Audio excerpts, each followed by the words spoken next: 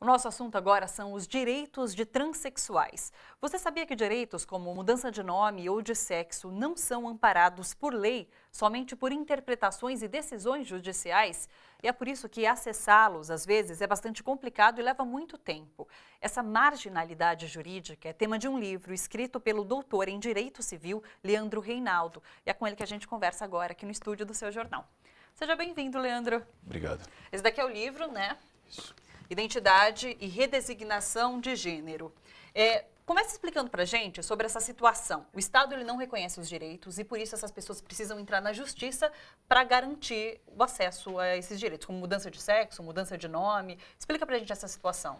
Na verdade, a questão do transexual é muito delicada hoje dentro da sociedade. O transexual ele é visto na sociedade como um sujeito marginalizado, como se ele tivesse praticado um crime, quando na verdade ele apresenta apenas uma inadequação físico-psicológica. Ele tem o corpo físico de um homem e um aspecto psicológico de mulher, ou o contrário, um aspecto psicológico de homem num corpo físico de mulher. Sim. Ele busca apenas que seja reconhecida a ele a condição humana, nada além disso. Então, a mudança do nome e a mudança do sexo nos documentos visam apenas essa adequação da documentação.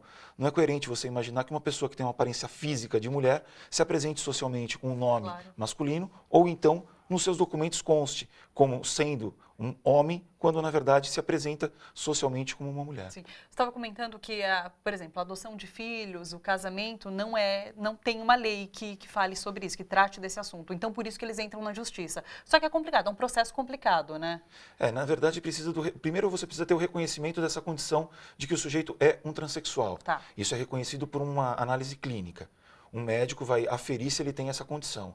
Hoje, o pouco que a gente tem de lei tratando sobre isso determina que ele passe por um procedimento de 2 anos de verificação para aferir se ele efetivamente é ou não é transexual. Se ele não tem um outro distúrbio mental, alguma questão diferenciada dessa condição de transexualidade, antes que ele possa fazer tanto a operação pelo SUS aqui no Brasil e a partir daí, ter algumas consequências jurídicas. Não há necessidade expressa na lei de que ele faça a operação para que ele peça a mudança de nome e a mudança dos documentos. Tá. Mas é um processo complicado? Por exemplo, da mudança de sexo é um processo complicado? Se tivesse uma lei, isso seria facilitado?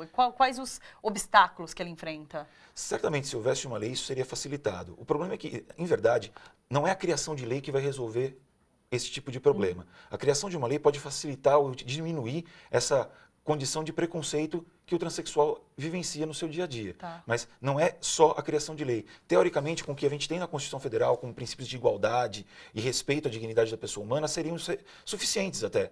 Mas o preconceito faz com que as pessoas não reconheçam no transexual uma pessoa, o que é muito estranho na prática. E como que esse preconceito acaba dificultando a vida dessa pessoa?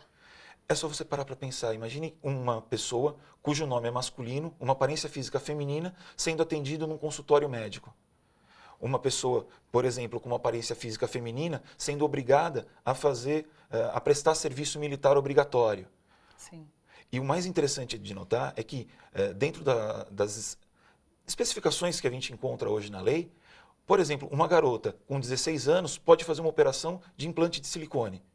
Mas um transexual que busca um tratamento terapêutico não tem essa autorização. Sim.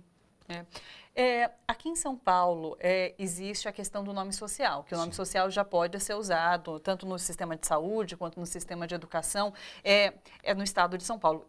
Se tivesse uma lei, isso seria mais fácil? Todos os estados teriam que trabalhar com o nome social? Como que isso seria facilitado? Existe uma determinação federal que se possa usar o nome social nas escolas e no serviço de saúde. O problema é que, pensando no aspecto da escola, nos documentos dessa pessoa, quando sai o diploma dela, vai sair o nome dela que consta do registro como nome social. Ou seja, isso acaba gerando, como consequência, mais preconceito. Sim. A questão hoje ela é muito delicada porque o transexual ele acaba sendo relegado, em 90% dos casos, a profissões que, não que ele escolha, mas porque ele não tem alternativa. Ou ele vai acabar trabalhando com questões vinculadas a moda, cabeleireiro, coisas dessa natureza, de estética, ou então é direcionado à prostituição. O problema não é ter esse trabalho. Se a pessoa escolhe essa profissão, é uma escolha dela, respeita-se. O problema é que ela não tem a oportunidade de ter outra alternativa.